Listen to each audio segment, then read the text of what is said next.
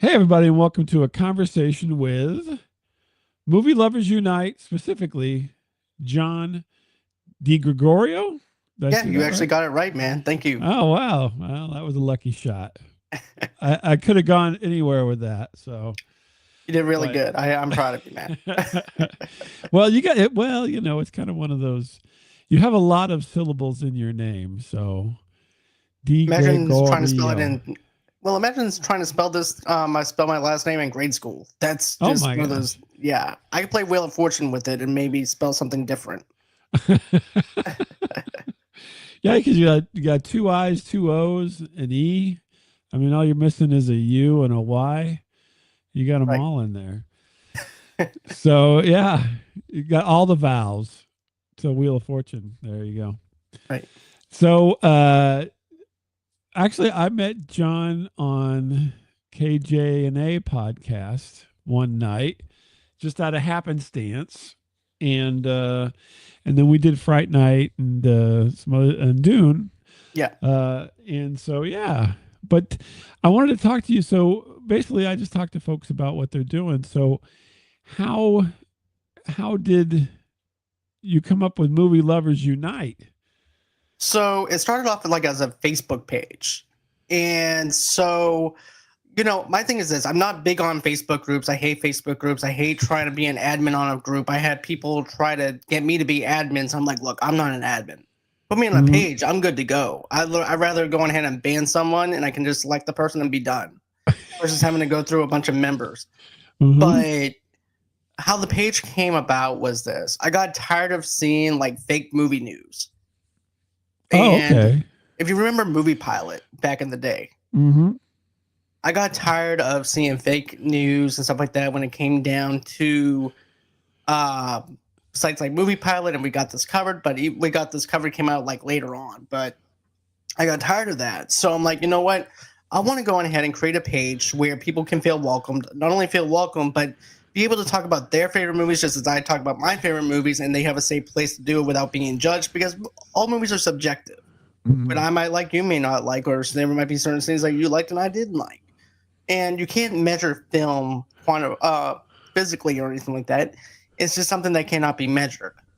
So, I always say all movies are subjective. I always root for people that love their films, even though I might not like their film. Mm-hmm. I'm like, good for you. I'm glad that you liked that movie. It didn't work for me, but I'm glad it worked for you. That's great. But I was always in that type of space where I want to do do movie news. So Mm-hmm. I did that. Then after that, I was like, okay, time to make a channel. And then at that time too, I also had somebody else that was working with me on the page, and I didn't put any type of advertisements into it or anything like that because I Mm-hmm. don't pay for advertising. And well, the admin at the time that I had was like, well, let's put some money into it. Let's go on ahead and do it. So then after he left, it just was just me, and I had a couple of other people, and it was just like, basically people coming and going. Right. Um, but I would never take anything back, and I'm happy that even though we may have our differences, I'm actually happy that he did support the page and he made it what it is. And then of course I continued off of it, but after that it's just been Rossi and I ever since with just the page. But I want to say I started back in 2013 or 15. Uh-huh. I think with the page now I have like 22,000 some followers on it.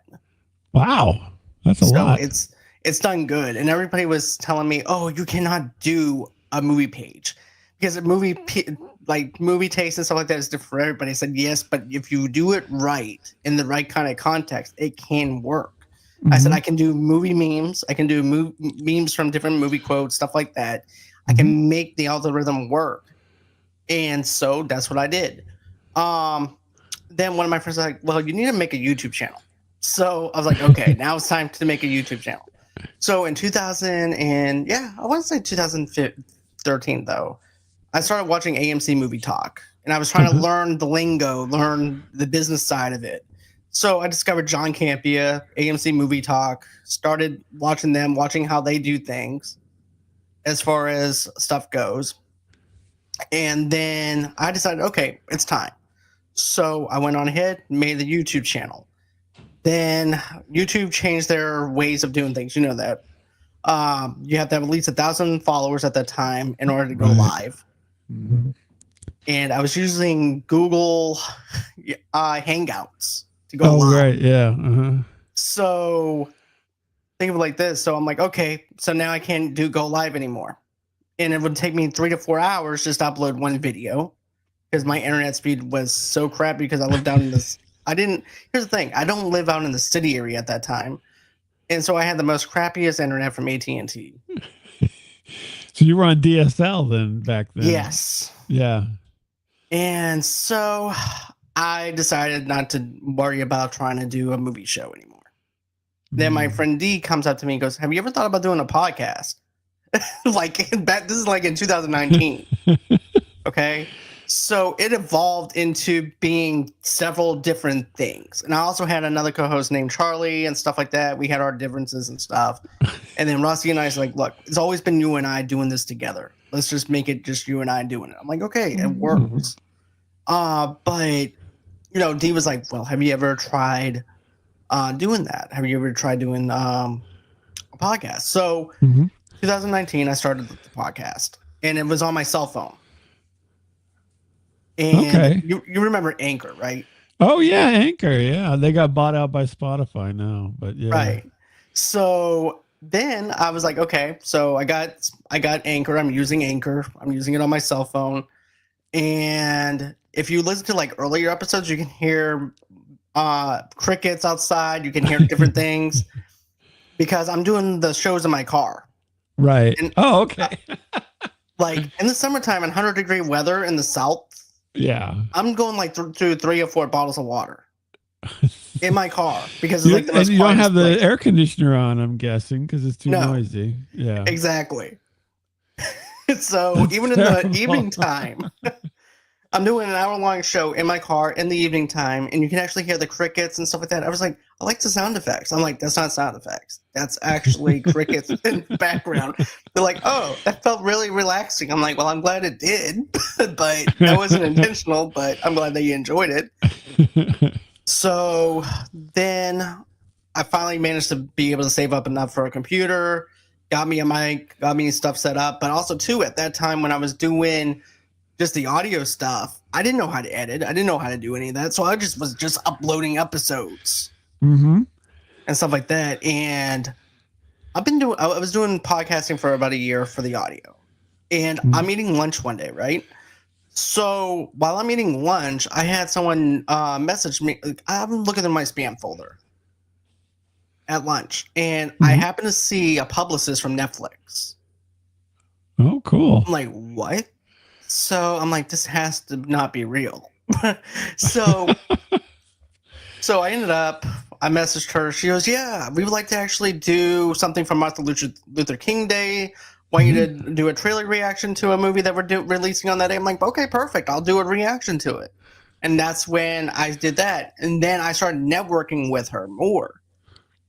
She's like, well, do you like short films? I said, yeah, I like short films. She goes, have you tried the Holly Shorts Film Festival? So then after that, I started doing film festivals with the Holy Shorts Film Festival. I always knew what I wanted the podcast to be. I came out with a goal. Like, I want to be in film festivals. I want to have sponsors. I want to do this professionally for the rest of my life. It's all a matter of getting there, right? Because you're thinking, how long is this going to take me? Is this going to take like a 4-year plan, 5-year plan, or anything like that, And it happened within a year. Wow, that's fantastic. Yeah, and I didn't expect that. I didn't expect that to happen in a year. I also didn't expect to be able to interview Coleman Domingo a year later. Wow. So a lot of stuff is like, pinch me now. I'm dreaming. I'm living my life like I want, but still don't have no funds coming in, but that's okay because I love what I'm doing. But at the same time, I'm humble enough to be like, wow, these people. Are you still sweating it out in your car? No. As you can tell, I'm in. Right, I'm actually in my. Inside now. Yes, I'm inside now, not sweating or anything. You guys don't have to donate to me or anything like that. I promise you I have a house. No, that's wild. So, do you think like were all these things iterative? So, like the page begat this, and then it's a culmination of all those things, or what do you think? Kind of tipped it. Was there one particular thing that kind of put it over the edge, or? I think it had a lot to do with the audio, even though it's in my car, even though, yeah, I'm just uploading. I'm not even editing anything. Everything's uncut, raw and uncut. And to know that I captured somebody from Netflix, and you know what I'm saying? Mm-hmm. It felt surreal because I wasn't expecting it. So I'm like, Yeah. I thought for myself, I thought, okay, this is my plan. I'll get 1,000 subscribers because Mm-hmm. that's what they normally look at is the subscribers, the followers, and stuff like that. So my first initial thought was I only have like 200, 300 subscribers at that Right. time. I Yeah. was like, there's no way Netflix is even interested in me. Right. So in my mind, I'm like, I'm not at that 4-year plan that I had. so anyways, whenever I got that, I just dropped I'm eating a roast beef sandwich, and I just happened to say, "What the f did I was like, you're serious?" I just stopped, and I'm like, "Okay, this is what I want. This is what I wanted. I just didn't expect to do it within a year, but I'll take it. I'm not gonna complain." But Yeah. yeah, I have to say, if it wasn't for me doing the audio and not doing anything at all, I wouldn't have gotten that. Yeah. No, well, apparently you hit some button somewhere that people are like, hey, this may be interesting for us to deal with, right? So that's wild. Right? It's Because I was doing movie news. Because it's Mhm. basically what I was doing. I was doing movie news, movie reviews, and stuff like that. No reactions, of course. But my reaction would be a trailer reaction review instead. Mhm. So that's how I would handle it. But yeah, I would never would have thought that that would happen. And I'm very blessed and thankful for that. Yeah, no, that's fantastic. So, I mean, as far as your background goes, I mean, did like did you go to school to do this? Was this obviously just something that you want to do, and so you're just pursuing it? I mean, what's the path that brings you to that point where you're like, I think I'll do this back in It's my passion for 2013? movies. It was Yeah. really my passion for movies. I have no degree Hmm. here's the thing, I have no degree when it comes down to film school. Right. I have no degree when it comes down to doing any kind of audio editing. Everything is self-taught. Right. And I Well, that's also didn't cool. know how to thanks because I didn't know how to even edit my own stuff. So, it wasn't until I started doing, let me think here. I actually had conversations about dot dot dot podcasts on with me Mhm. doing Obi-Wan. So that's when they're like, "Look, we can't hear William. Can you increase his volume levels when you edit it?" Mhm. I'm like, "Edit?" Um, so after that, like, yeah, I got to start Sure. handling this in the right direction. So I started knowing how to increase the volume levels, how to take out uh, delays and Mhm. dead space and stuff like that. I learned how to do all that stuff on my own, including doing shorts for YouTube. But I had someone teach me that part though. Here's the thing: I had this friend named Luke. Luke helped Mhm. me out. He's like, "Look," and as a matter of fact, he's actually doing. I don't know if you ever heard of Christian Harloff. No. He's also another pundit who does movie news and reviews and stuff, which is also another Okay. person that I actually look up to as far as my inspiration goes with John Campea and Christian. Hmm. But here's the thing: Luke is working with Christian, and he's even deeper in with Christian now. But before then, he's like, "Look, I'm going to teach you how to make shorts." Hmm. So he taught me how to make shorts. He taught me how to make the captions. He taught me all that stuff, and then the rest, I just went on ahead. Once I got that first high of 1,000 views, I'm Hmm. like, okay, I'm gonna keep going. Right. You hit a point there, and you're like, okay, this is working. Right, exactly. So did you have? So you talk about loving movies and so forth. Is this something that came from childhood, or where do you think you picked up on that at? I would Just have to kind say of the childhood. 1989 Batman for me was my first movie. yeah, big So movie. that yeah. So therefore, that had a lot to do with my whole entire. I mean, that had everything to do with my love for movies, including Jaws. Mm. But then now you talk about 89. Then if you're a kid, and Jaws is 75. Right, 75. But Yeah, here's the thing, okay? I'm like 9 or 10 and 80 in the 80s, right? right. So I would always go across the street where the projects are and everything because my family members lived in the projects area, and Hmm. I would walk over there to get Jaws every single time during the summertime. I never failed. I would always borrow Jaws from them. Yeah. So you're like a VHS kid then. So Yep. everything was on video store, VHS kind of a childhood then. So would you go to the video store? Would you be one of those folks that went to the video store and got like, as many tapes as you could for the weekend or what have you? Yes, Blockbuster. A matter of fact, my grandmother knew the guy in Blockbuster. He would actually have movies set aside for me whenever I came in during Ah, the summer. yeah. Yeah. No, I mean, this weird tangent. I worked in a video store, not Blockbuster, worked for like a private, like a mom and pop kind of thing.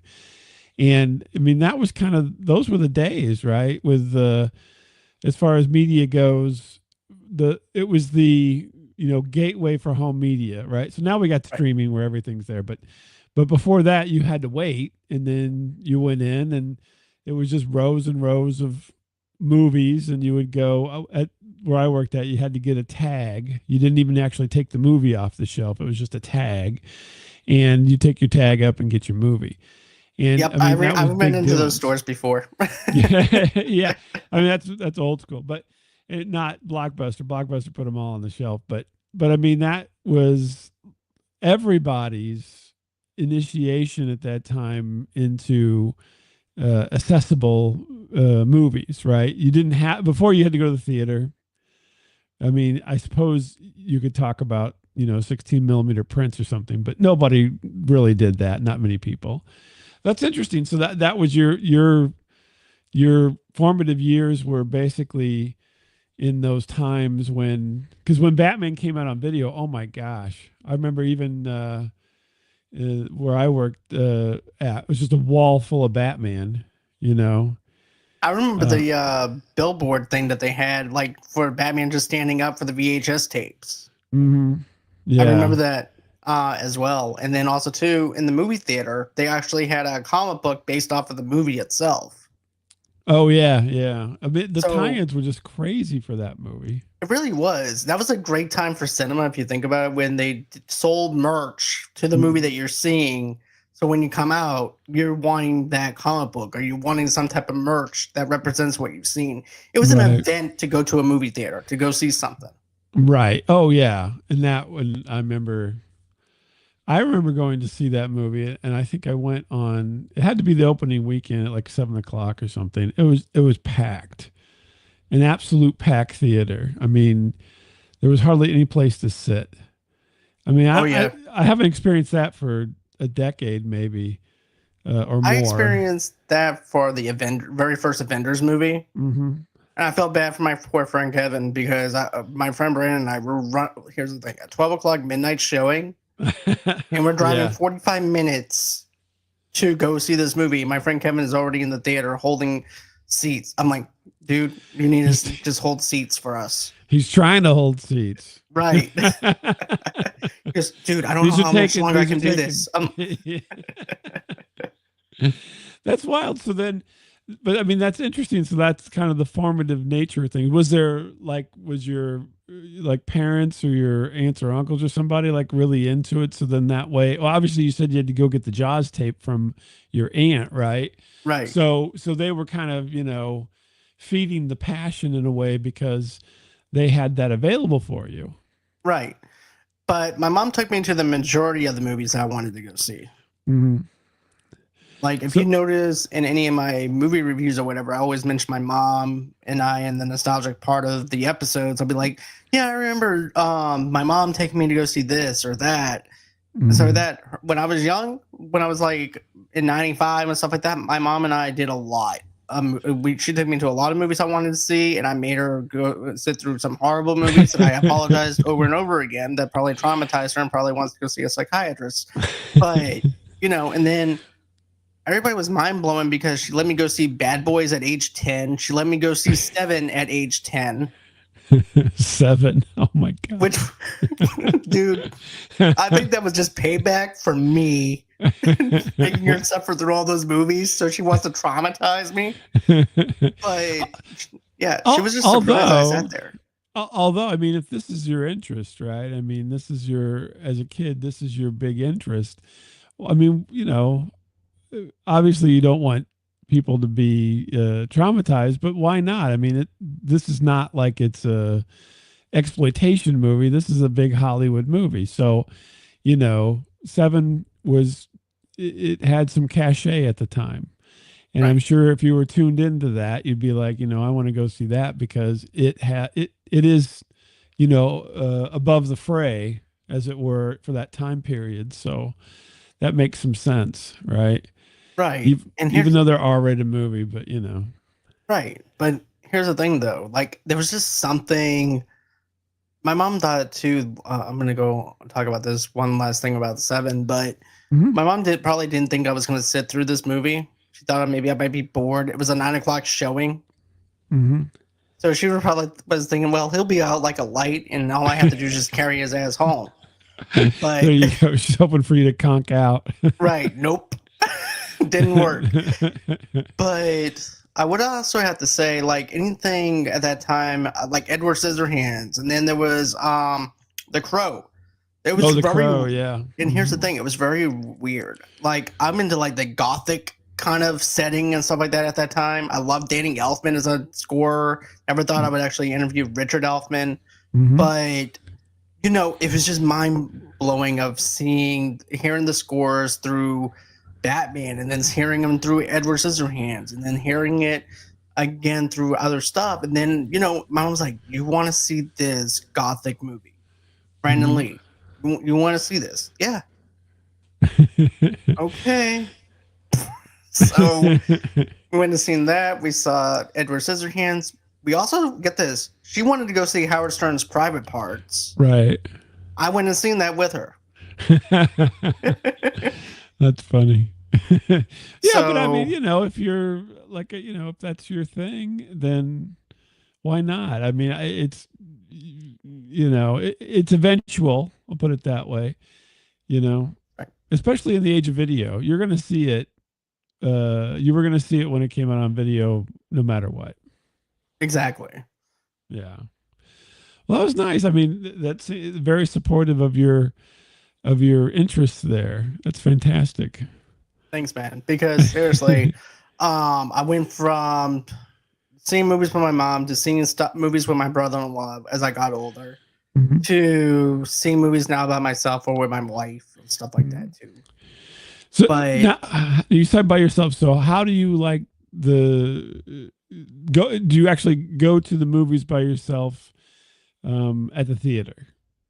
yes, well, here's the thing: there are movies that my wife will go see with me, and there's ones where she says, "Have a good time." One of those being was Godzilla versus Godzilla and Kong, and the other Uh-huh. one was Deadpool and Wolverine. Okay. I was like, "Are you sure you're not going to be mad at me for going to see this with some of my friends either? Because I'll go over Yeah. and see someone." Just no, that's all you. Have a good Yeah. time. Like, okay, Yeah, but yeah, I always have a hard time going to the theater by myself for whatever reason. I've done it in the past and so forth, but then I'm like, you get kind of wishy-washy. But I think that being able to do that, it shows your commitment. right. And here's the crazy thing, though, man. Like, I feel socially awkward going to a movie by myself. Like, it just feels weird, Mhm. because you want to be able to geek out, talk to somebody next to you or something. Yeah. And and you're by yourself, and then you see everybody else, and it's like, okay. Yeah, it's a little weird. So now, since we've got, streaming is so, prevalent and so forth, and I mean, it used to be, obviously, in the age of VHS, you had to wait a long time for a movie to make it on the VHS. Now, though, I mean, literally within a month or something, it gets the movies, and the next thing you know, it pops up on, you can pay Amazon to watch it at home. What's your thoughts on watching at home versus actually going to the theater? I think there are movies for at home, and then there's movies where you have to go and see something cinematic. Hmm. Because I was like, I can get that same experience on a sound bar and my big screen TV. I said, really? So you can get the Dune wide shots on your little bar there and your 60-inch screen. Hmm. For something like Dune, which is also an event film like Batman, for example, you Hmm. have to see that in theaters. There Hmm. is nothing like going to see a Dune movie in theaters. I seen Dune 2 in theaters and I fell in love with it in the theater watching that. Um but I think there's movies that are like comedies and stuff like that. I'm like, yeah, that can be streamed at home. Hmm. But when you have an event movie like Deadpool that's getting leaked online, and I'm looked at my wife, I said, I gotta go. Yeah. She's like, what do you mean you gotta go? I gotta go see Deadpool. Because otherwise I'm gonna have everything spoiled for me. So therefore I have to go on and see it. But I do agree with you about that question though. I think that streaming is good in some aspects, but in other aspects, though, at the same time, I feel like it kind of kills the movie theater experience. Because think about it like Hmm. this: you can pause the movie anytime you want. You have to go use the Right. bathroom. Guess what? You can pause it. You can put your feet up in your recliner at home. You can go. I'm not saying that you can't, but I'm just saying I've seen people put their Cheeto toes on the seats. I'm like, you need to get your disgusting feet off there. But Yeah. and then there's also the overuse of cell phone usage in the movie theater, and I can't. And it Right. takes me, but me having ADHD and having a blinding light distract me, that gets on my nerves, especially when I'm trying to do a review and trying to. I don't take notes in the theater. Pretty Hmm. much what I do is, and now if I'm by myself, that's a different story. But if there's like a lot of people next to me, I don't take notes.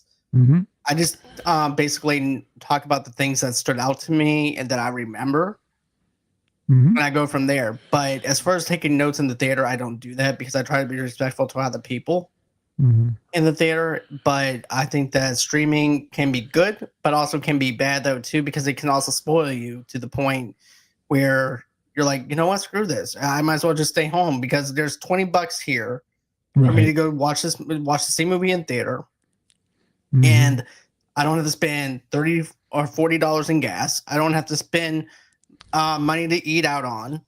I have Hmm. all my food here, so it's a convenient thing. But I also Right. get it for people that have kids and can't go to the theater and how convenient it is, who has kids and how convenient it is. So I Yeah. get it from a parent standpoint because I'm also a parent too. But at the same time, though, there's nothing like going to a movie. So are you gonna? I don't know how old your kids are, but are you gonna take them to the equivalent of seven when they're 10 years old? My daughter would be traumatized. She's 20 years old, but she would be traumatized because she doesn't like anything like that. So, Yeah.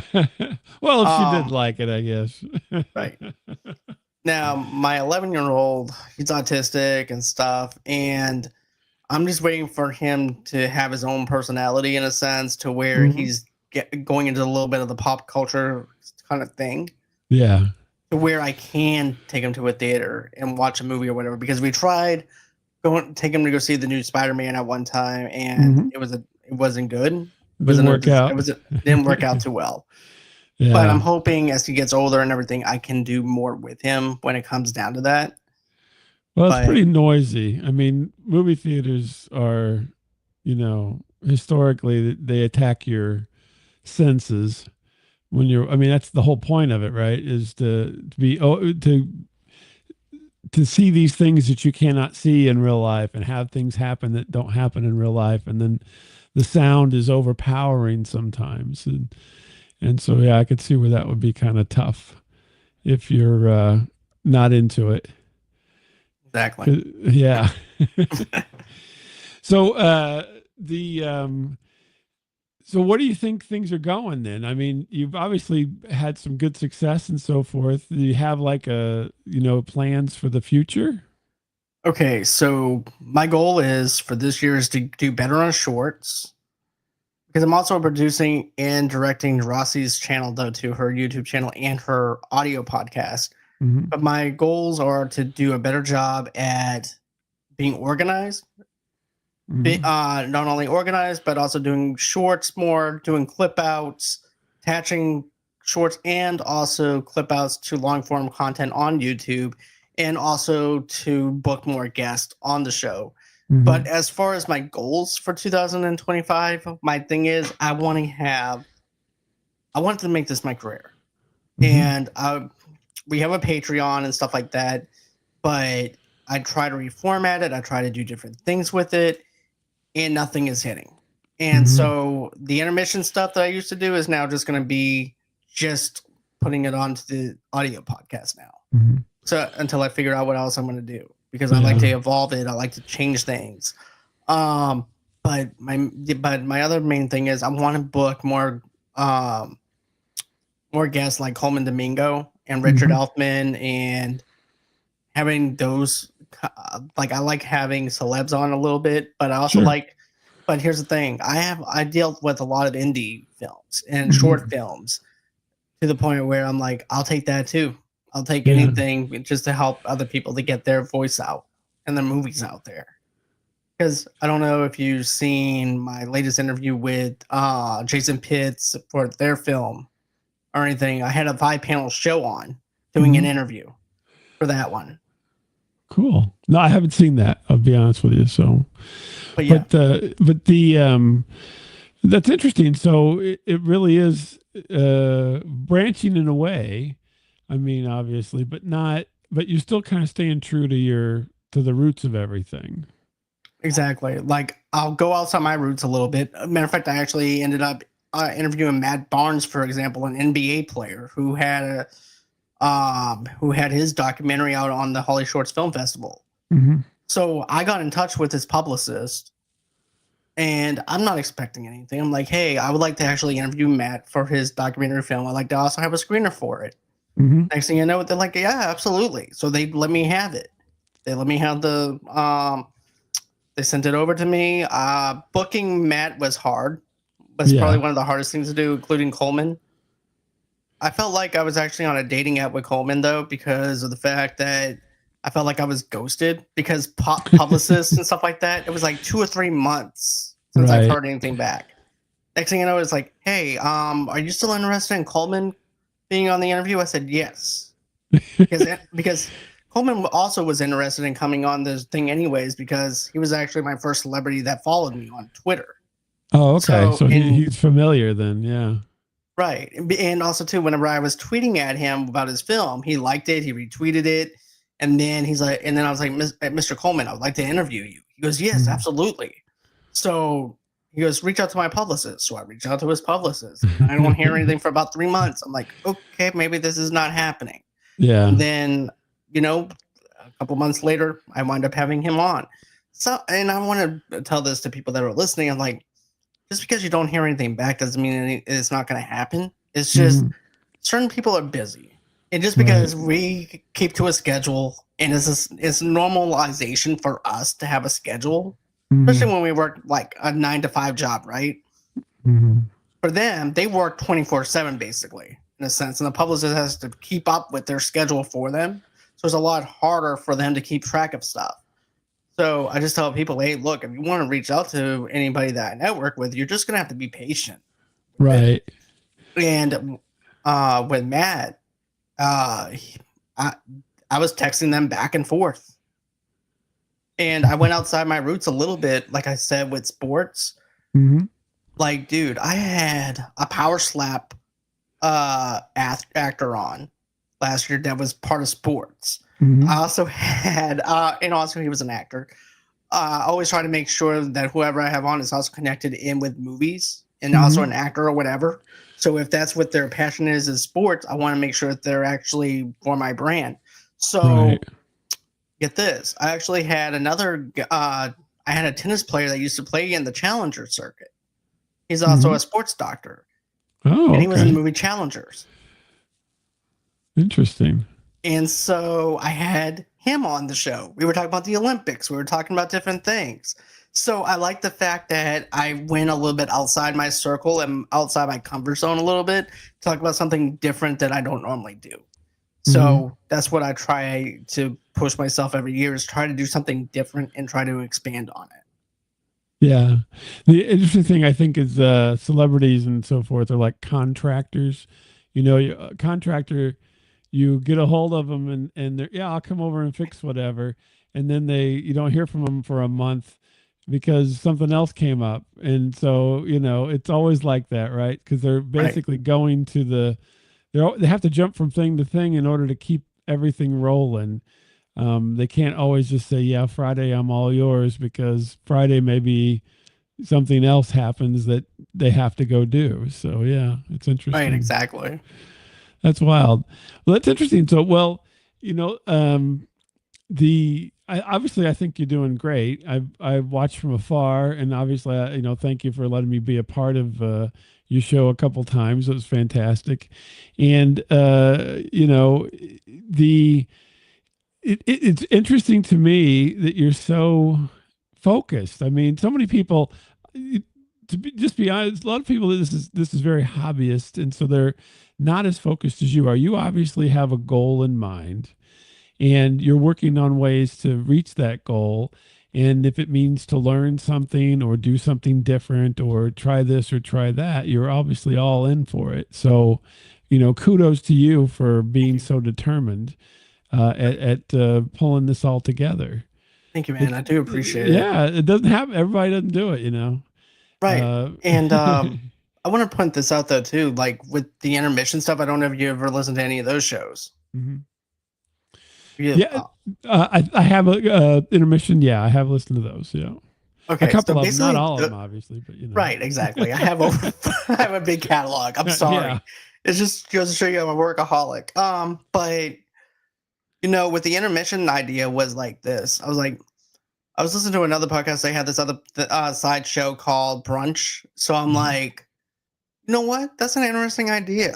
Why don't I just take their idea and Hmm. mesh it into something different? Hmm. So I was like, what can I do that is different, that doesn't say the word brunch on it? And Right. I knew that intermission used to be a thing with movies. Right. Yeah. So I'm like, okay, let's just take a break. Let's just picture me and you inside. And this is actually how I used to introduce the show. I was like, picture it, me and you waiting in line, and we're Hmm. talking about our top 5 movies, or if we're talking about the new Eminem album, or the new Avenged Sevenfold album, Hmm. or just a mixtape of something. That's basically what intermission is. It's Hmm. just taking a time out from the norm and talking about geeking out with different things.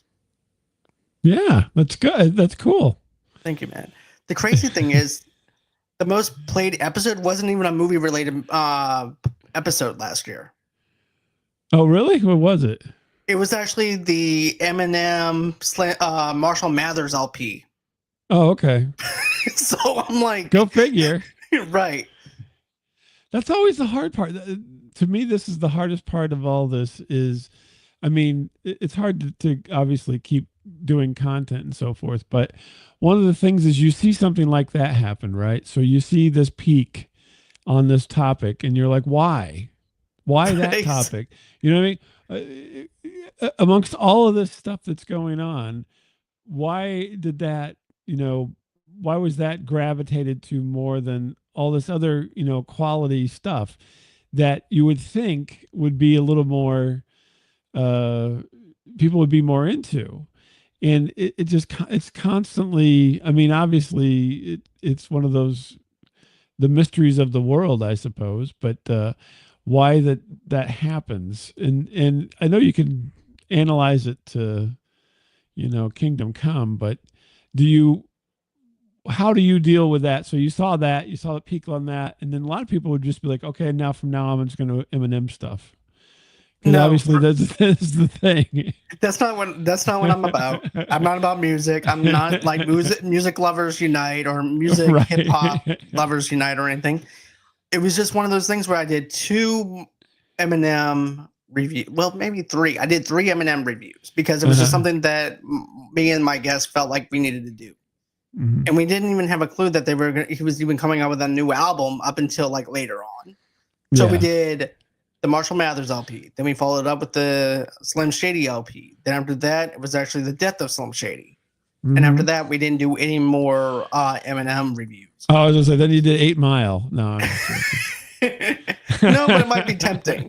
But I have thought about doing like the 8 Mile review though, but for the Right. movie. But when I see numbers like that, I laugh at it. I'm like, really? Yeah. All these It's- movies I reviewed, you don't want to hear me to talk, bitch, and moan about my take on movies or anything. You want me to talk about this. right. But in order for me to talk about this, you also have to go on ahead and get me with movies too. So Right. when I see numbers like that, I'm like, okay, cool. I crushed it on that, but I don't need to Right. follow it up with anything else. I'm going to go on Right. ahead. I'll do best movie. Get this. I actually did an NFL draft style game for Mhm. intermission. It was like the best Leonardo DiCaprio movies. And what Okay. we did was we picked 16 movies out of this thing, and we did like an NFL draft. And me and my guest talked about each movie that movie was, but we don't talk about the performance. We talk about rewatchability, relatability, and stuff Mhm. like that, and we come out with the winner that way. And so happens to be we actually had What's Eating Gilbert Grape landed on our list twice because we actually did after Leonardo DiCaprio, we did Johnny Depp. Oh, okay. There you go. So Crossover. right, so basically we made What's Eating Gilbert Grape have a rematch in the Johnny Depp round. How did it So do? it did pretty good for the numbers for a little Yeah. bit and stuff. I It like did, that movie. but yeah, John it C. did good. Riley as well. John C. Riley's Yeah. in that as well. So Matter of fact, I yeah. did that movie part of mental health. I actually did a whole review on What's Eating Gilbert Grape when I was first starting out. Mm-hmm. So if you're looking through my backlogs and stuff, you can actually find that episode.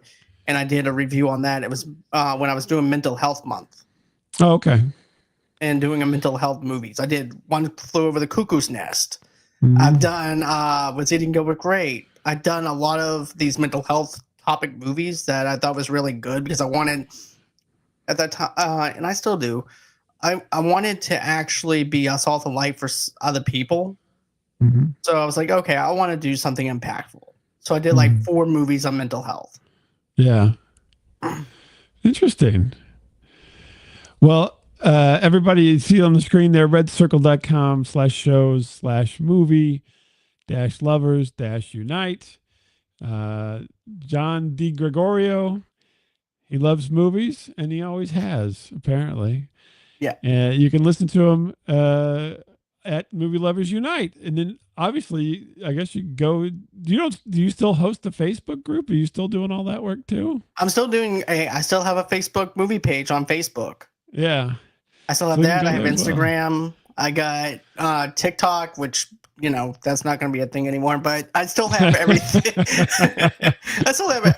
Maybe saying bye bye to TikTok here in less than a week. Yeah. Right, which sucks because it took me a year to get 1,032 followers, and now Yeah. all that work was nothing. It's like for gazy. Well, it Uh, it may have a reprieve, so I Hopefully. wouldn't worry too much about it.